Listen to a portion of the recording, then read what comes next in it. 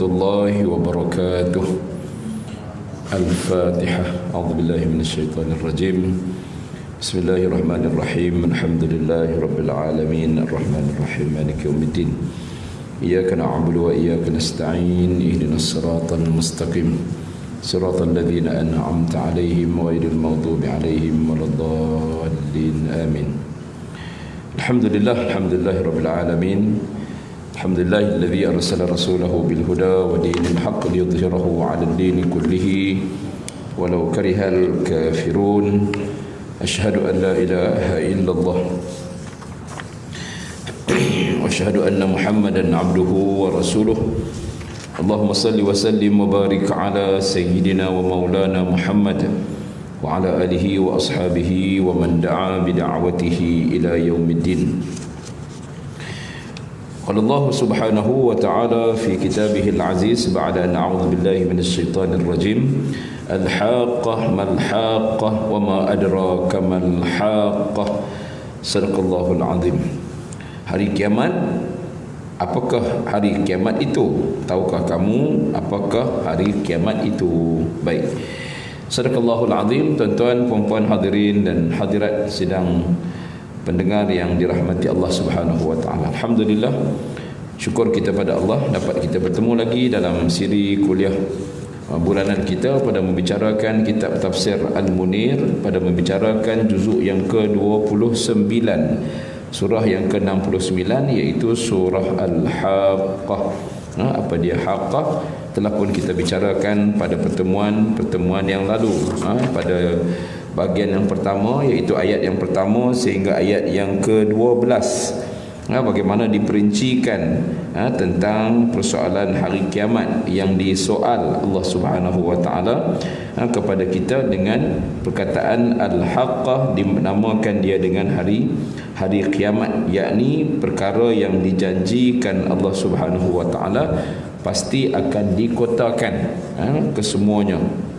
Kerana Allah Ta'ala ni, tuan-tuan sekalian, sebagaimana yang kita sedia maklum bahawa Allah Ta'ala tidak pernah memungkiri janjinya. Allah Ta'ala tidak pernah buat zalim kepada sesiapa sahaja di kalangan hamba-hambanya. Jadi kalau kita benar-benar beriman kepada Allah, insya-Allah kita akan selamat di dunia dan selamat di akhirat nanti. Begitulah juga orang yang kufur, ingkar kepada Allah, barang pastinya ianya pasti akan dibalasi dengan balasan kufur kepada orang-orang yang ingkar, derhaka, maksiat kepada Allah Subhanahu wa taala. Dalam ayat yang lain Allah Taala nyatakan ilaihi marja'ukum jami'a wa 'ala Allahi haqqan innahu yabda'ul khalqa thumma yu'iduhu liyajziyal ladzina amanu wa 'amilus salihati bil qist. وَالَّذِينَ كَفَرُوا لَهُمْ شَرَابٌ مِّنْ حَمِيمٍ وَعَذَابٌ أَلِيمٌ بِمَا كَانُوا يَكْفُرُونَ. Kepada orang yang kufur ingkar itu, kata Allah Ta'ala, dicadangkan, disediakan kepada mereka balasan azab yang tidak terperi sakitnya. Kepada orang yang kufur ingkar, kepada orang yang derhaka, yang asi, tidak ada tempat melainkan mereka itu disediakan hamim, sejenis minuman yang panas menggelegak, dicampur dengan timah, dengan cairan, dengan danuk, dengan macam-macam lagi benda kotor dan sebagainya, dituang masuk ke dalam perut manusia sehingga putih habis urat perut semua, lepas tu hidup balik, tuang balik, begitulah seterusnya. Azab yang tidak boleh kita bayangkan ketika mana kita berada di atas muka bumi. Atas dunia ni, tuan-tuan sekalian, kita rasa pedih, derita macam mana pun, tuan-tuan sekalian, tapi tidaklah sehebat azab yang berada yang disediakan Allah Ta'ala di padang mahsyar, di dalam neraka Allah. Semalam Beirut, Lebanon dibom oleh Israel, kan? Kita berdoalah pada Allah, kita buat qunut nazilah, kita minta Allah Ta'ala hantarkan bala tenteranya, kita minta Allah Ta'ala hantarkan ketenangan, kebaikan kepada mujahidin, kepada syuhada, kepada mereka yang yang menjadi mangsa dalam petaluka umat Islam, dibantai tidak habis-habis. Dah tak habis dengan Covid, dia bubuh pula dengan bom dan sebagainya, tak serik-serik lagi atas pelbagai alasan yang direka-reka oleh mereka yang berkenaan. Jadi kita doakan mudah-mudahan penduduk di Beirut, di Lebanon tabah menghadapi ujian yang sedang, dan bahkan kita pun wallahu taala alam bagaimana keadaan kita selepas ini kita pun tak tahu. Tapi apapun kita doakan, Allahumma ya muqallibal qulub tsabbit qulubana ala dinika wa ala ta'atik. Ya Allah, wahai Tuhan yang boleh membolak-balikkan, kalau Allah Ta'ala takdirkan kepada kami ujian, tuan-tuan sekalian,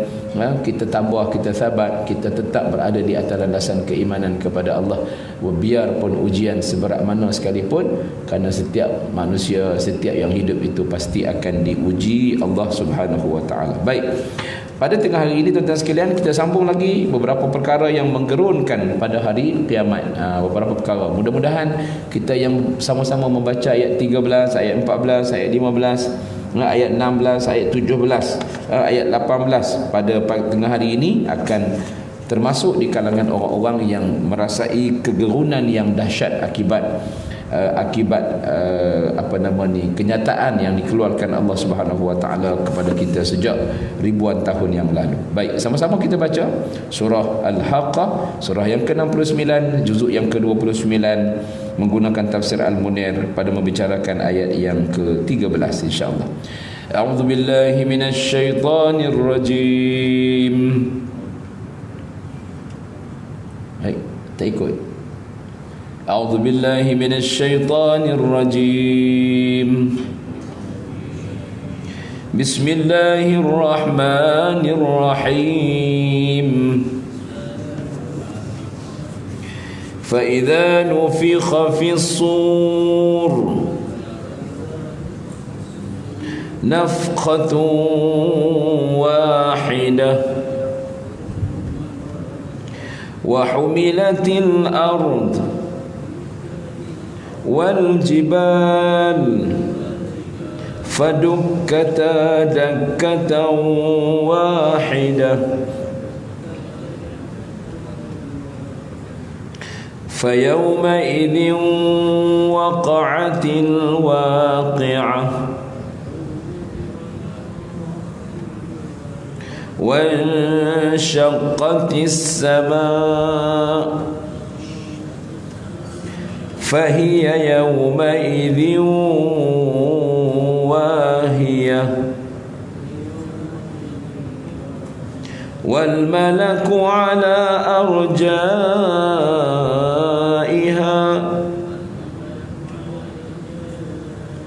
ويحمل عرش ربك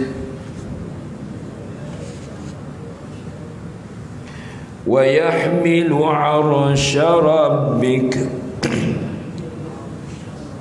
فوقهم يومئذ ثمانية يومئذ تعرضون لا تخفى منكم khafiyah. Baik, surahul azim. Fa idza nufiqa fis sur nafkhatun wahidah wa huminatil ardu wal jibal fadukkata dakkatan wahidah. Yang bermaksud, maka apabila sangkakala ditiup dengan tiupan yang pertama, bumi dan gunung ganang pun terangkat, lalu kedua-duanya bentur dengan sekali benturan. Maka pada hari itu berlakulah kiamat dan terbelahlah langit. Justru pada hari itu langit menjadi rapuh, manakala para malaikat di segenap penjuru langit, sementara arsy Tuhanmu yang pada hari itu pula dijunjung oleh 8 malaikat di atas para malaikat pengawal itu. Dan pada hari itu kamu dihadapkan kepada Tuhanmu. Tiada siapa pun dapat butiran rahsia kamu yang terselindung daripada Allah Subhanahu wa taala. Baik. Sebelum ini tuan-tuan sekalian, Allah Ta'ala dah tekankan persoalan gambaran tentang kedahsyatan kiamat. Allah juga telah menyebut 3 kisah di atas bagi menyatakan padah mendustakan hari kiamat. Tujuannya apa tuan-tuan sekalian? Tujuannya Allah Ta'ala nak menerangkan nasib yang menimpa orang-orang golongan-golongan yang mendustakannya, juga menegaskan tentang kemungkinan ianya berlakunya. Susulan itu Allah Ta'ala menerangkan turutan peristiwa hari kiamat satu demi satu, supaya di samping menjelaskan perihal yang menggerunkan dan babak pertamanya, kan. Jadi maknanya Allah sebut ni kenapa nak bagi kita ni rasa gerun. Kalau yang ahli maksiat, dia berhenti daripada buat maksiat, kerana kita ingat kita tak lepas daripada pertemuan kita dengan Allah. Kita tak boleh lari daripada persoalan syurga, neraka, dosa dan pahala. Sebab tu siapa pun kita staf biasa, kita pegawai, kita ketua jabatan, kita pengurus, kita pengarah, kita ketua pengarah, kita setiausaha, kita menteri, dan kita sampailah ke kabinet dan sebagainya. Kalau meletakkan persoalan akhirat di depan, maka orang tidak akan berani merasuah, orang tidak akan berani menyalahgunakan kuasa, orang tidak akan berani menyeleweng, orang tidak akan berani curi tulang, curi barang, curi masa, curi wang, curi segala-galanya. Kenapa? Karena di sana walaupun kita nampak dapat kesenangan, dapat keseronokan, dapat kemewahan dunia, tetapi oleh kerana ada balasan yang lebih lagi dahsyat daripada itu, digerunkan Allah Subhanahu wa taala melalui ayat-ayatnya. Bayangkan pegawai-pegawai yang tidak pernah mendengar peringatan-peringatan seperti ini, yang dikira buat jangan sampai terkena cekup oleh lembaga disiplin, oleh jawatan kuasa disiplin dan sebagainya. Jadi selagi mana kamu pandai mengejah, kamu pandai mengelak, kamu pandai pusing dan sebagainya, maka kamu akan selamat. Mahkamah dunia mungkin selamat sebab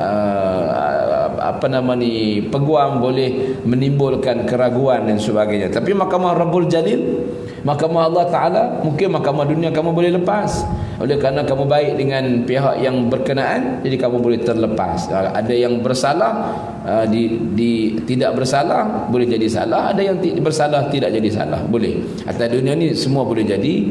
Pokoknya uang berbicara. Tetapi di hadapan Allah Ta'ala, Allah bukan ada kepentingan.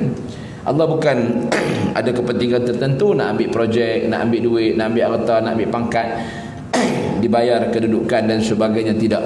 Allah dan para malaikat tidak pernah ada begitu. Bahkan Allah Ta'ala akan balas setiap apa yang kita lakukan. Sebab itu persoalan akhirat ini perlu kursus-kursus tentang akhirat, syurga, neraka, dosa, pahala ni wajib diterapkan dalam kementerian, dalam jabatan, dalam pentadbiran dan sebagainya, supaya semua kaki tangan kita, semua rakyat, semua masyarakat, tak kira dia siapa kedudukan dia akan rasa gerun di hadapan Allah Subhanahu wa taala. Baik.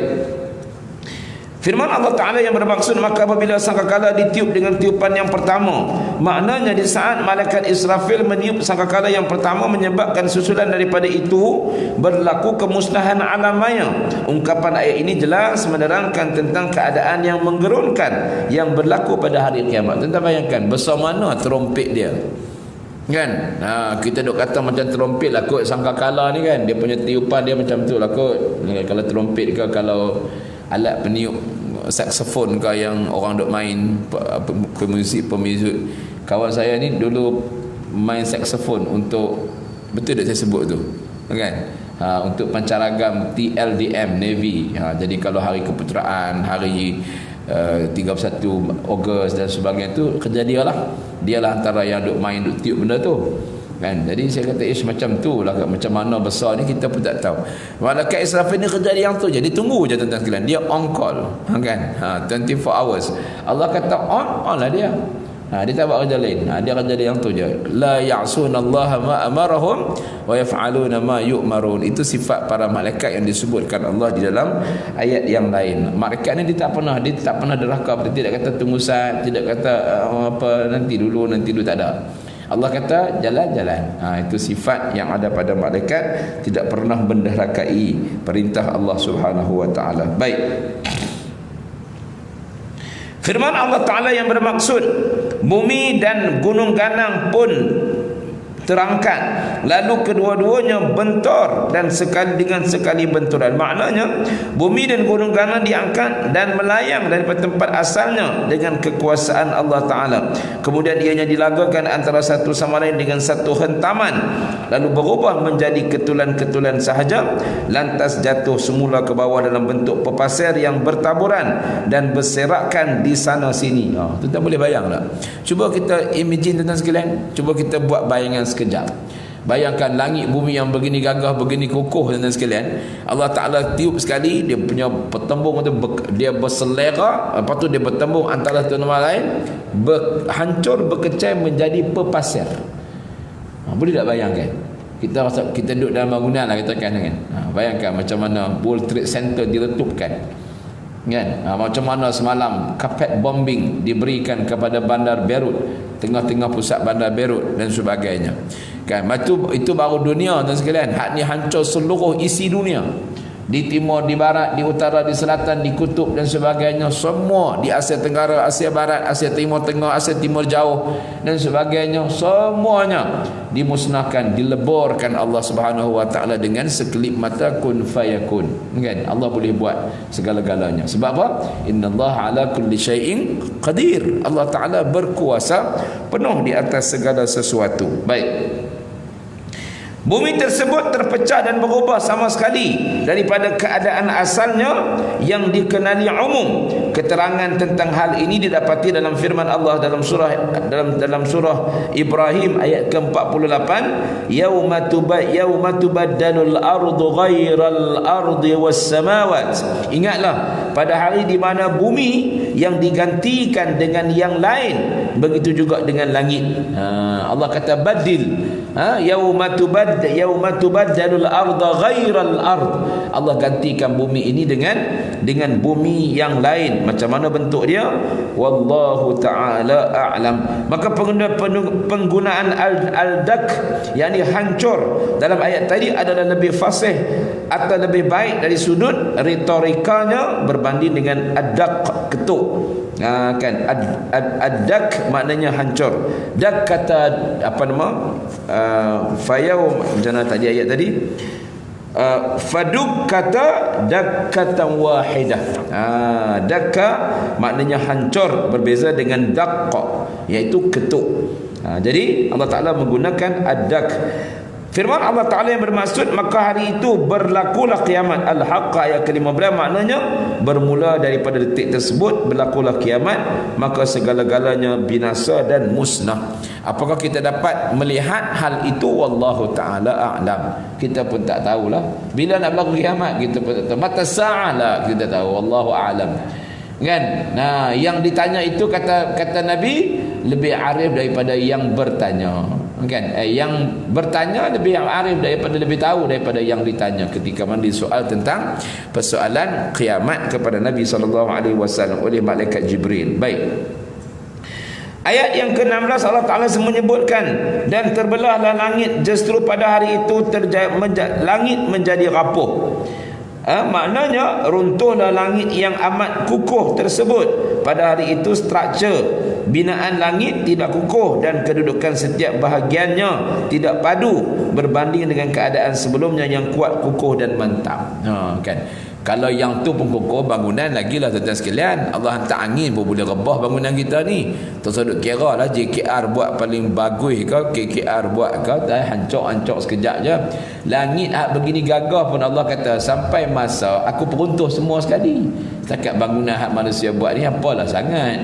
Kan? Piramid yang hebat di Mesir tuan-tuan sekalian, Sphinx, piramid dan sebagainya yang menjadi Seven Wonders, antara 7 keajaiban dunia itu pun hebat yang Allah Ta'ala biarkan berkurun-kurun lamanya pun dimusnahkan Allah. Apatah lagi bangunan kita yang hanya beberapa tahun begitu runtuh.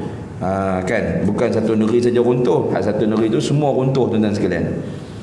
Kan? Manakala para malaikatnya di segenap penjuru langit, sementara aras Tuhanmu pada hari itu pula dijunjung oleh 8 malaikat di atas para malaikat pengawal itu. Maknanya para malaikat yang ditugaskan untuk berkawal di hujung setiap penjuru langit, dan birainya senantiasa ditugaskan untuk berkawal di setiap penjuru langit, dan birainya senantiasa bersedia melaksanakan apa yang diperintahkan Allah. Jadi malaikat yang disebutkan sebagai berada di setiap penjuru tu, maknanya mereka melakukan tugas mereka lah. Allah Ta'ala arahkan, dan mereka tu la ya'sunallah ma amarahum wa yaf'aluna ma yu'marun, bersedia melaksanakan apa yang diperintahkan Allah kepada mereka. Baik, daripada kalangan mereka terdapat 8 para malaikat yang membawa arasy Tuhan di atas kepala masing-masing. Ada pandangan yang mengatakan bahawa maksud 8 malaikat itu ialah 8 barisan dan saf malaikat, tetapi jumlah mereka hanyalah diketahui Allah Ta'ala sahaja. 8 ni betul ke 8 malaikat? Nak kata orang bukan orang. Penjodoh bilangan kalau kita 8 orang lah, malaikat bukan orang. Kan? 8 apa? 8 apa? Wallahu ta'ala alam. 8 zat malaikat, 8 saf mungkin, 8 barisan mungkin. Terpulanglah tuan-tuan sekalian. Apa saja yang kita nak sebut, yang penting ada kalimah 8. Macam Allah kata juga, apa nama ni? Jadi Allah jadikan langit bumi ini berapa hari? Berapa hari? Berapa hari? 6 hari. Betul ke 6 hari dapat langit bumi? Sedangkan kita mengaji, Allah kata apa? Kun fayakun. Kalau Allah kata jadi, jadilah. Kenapa Allah buat 6 pula? Fi sittati ayyam. Kan? Allazi khalaqas samawati wal arda fi sittati ayyam. Dialah Allah yang menjadikan langit bumi itu dalam masa 6 masa. Ayyam itu bukan hari. Allah buat langit bumi ni dulu, baru buat matahari. Kita kira matahari berdasarkan apa? Kita kira hari berdasarkan apa? Tuan-tuan, berdasarkan apa? Satu hari ni sekadar kira berdasarkan apa?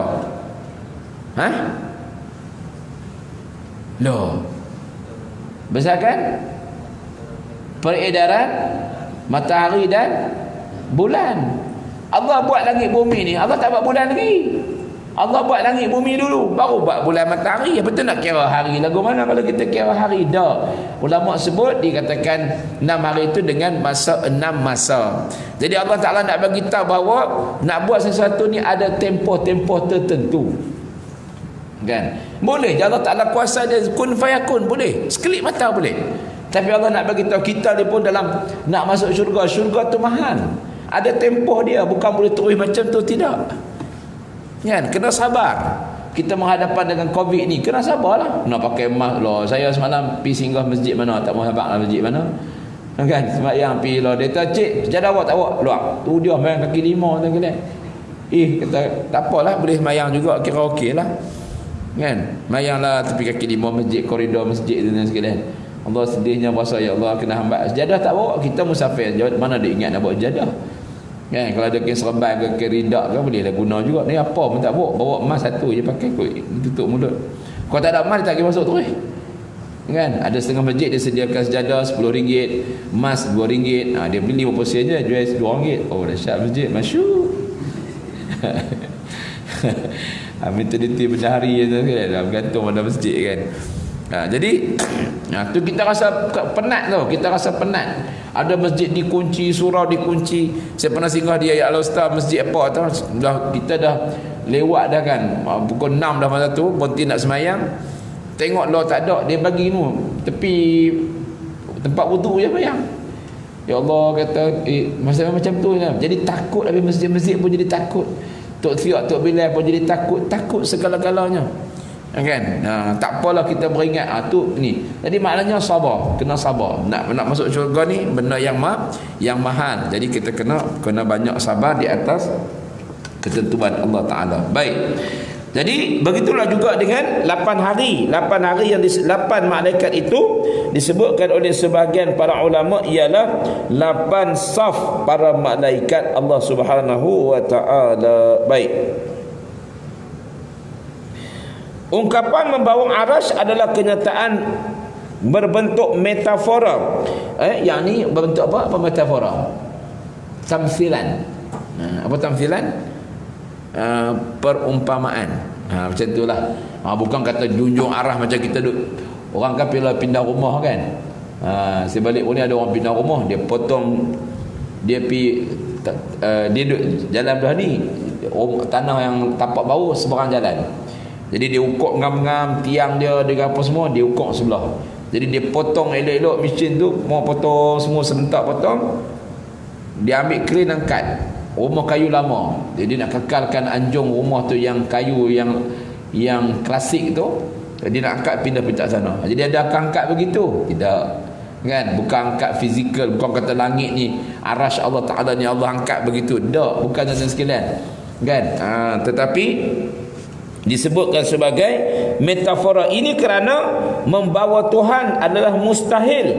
Justru itu kenyataan tersebut mestilah ditakwilkan dengan maksud lain, iaitu Allah Ta'ala mengajukan titahnya kepada manusia secara simbolik dengan menggunakan perkataan yang biasa digunakan. Sebagai contohnya, ungkapan seperti mengadakan rumah, yakni Kaabah, tidak membawa maksud bahawasanya rumah tersebut untuk didiami oleh Allah Ta'ala, tetapi ungkapan seperti menjadikan malaikat pencatat amal para hambanya, hafazah, tidak membawa maksud bahawa adanya kemungkinan Allah Ta'ala terlupa terhadap sesuatu sehingga memerlukan catatan dibuat kepada terhadap amalan manusia. Tak. Allah Ta'ala ni dia tak, kalau tak ada malaikat pun dia boleh tahu semua. Kan? Nah, tak ada malaikat boleh tahu ni malaikat duk main kat kita ni catat ashabul yamin wa ashabul shimal. Ni duk main catat kita duk main berjalan bergerak mai ke majlis ilmu, duduk dalam majlis ilmu ni. Allah tahu belaka. Apa yang ada dalam hati perut kita, kalau malaikat tak hantar report pada Allah Ta'ala, Allah Ta'ala tahu. Allah, innallaha latifun khabir. Allah Ta'ala halus pengetahuan dia. Itu sifat Allah Ta'ala. Tapi Allah nak bagi tahu ni apa yang ada ni di kalangan apa nama petugas-petugas, di kalangan para malaikat Allah Ta'ala. Sifat mereka ni begitu. Nak bagi manusia ni mudah mengimajinasikan. Kalau nak sebut itu mungkin manusia tak boleh faham. Tapi Allah Ta'ala suka buat metafora, suka buat perbandingan supaya manusia ini boleh faham. Macam Allah Ta'ala buat perumpamaan langit bumi ni dengan apa? Dengan apa nama ni? Innama mathalul hayatid dunya kama in anzalnahu minas sama' faqtalata bihi nabatul ardi mimma ya'kulun nas wal an'am. Allah nak bagi kita kata dunia ni sementara, dunia ni akan binasa, akan hancur. Ibarat apa? Ibarat air hujan yang turun daripada langit. Bila hujan turun daripada langit, apa jadi? Langit bumi, bumi ni berhias. Yang tak berbunga-berbunga, yang tak berbuah-berbuah, yang tak tumbuh-tumbuh, yang dulu kuning lah ni jadi hijau elok, kan? Dulu keoreng-orengan lah ni jadi kehijau-hijauan. Dulu tak berbunga lah ni berbunga, menghias. Wazayyanat, Allah sebut. Berhias habis bumi ni. Pasal apa? Pasal siraman air bunga. Kita pun seronok. Annahum qadiruna 'alaiha. Tuan tanah landlord ni pun berasa macam dia berkuasa penuh. Tengok buah durian putih naik banyak elok dah. Buah durian pun keluar pula tu dia. Sedahan sampai berpuluh-puluh biji. Oh, dia duk kira dah kaya dah, aku ketahui ni kaya dah. Kan? Tiba-tiba dia balik-balik rumah, malam tu angin turun, hujan turun, ribut taufan puting beliung, pakat turun semua. Kan? Menyebabkan runtuh habis semua. Mai tengok pagi esok lah, tak ada apa satu pun, sebiji putih pun tak ada di dahan-dahan yang sudah pun dibuat calculation tadi.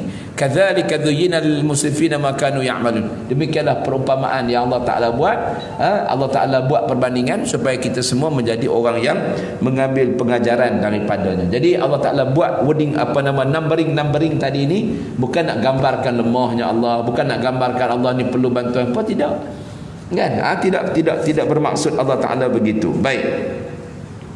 Sebagaimana yang disebutkan tadi juga, firman Allah Ta'ala bermaksud pada hari itu kamu dihadapkan kepada Tuhanmu, tiada sesuatu pun butiran rahsia kamu yang terselindung daripada Allah Ta'ala.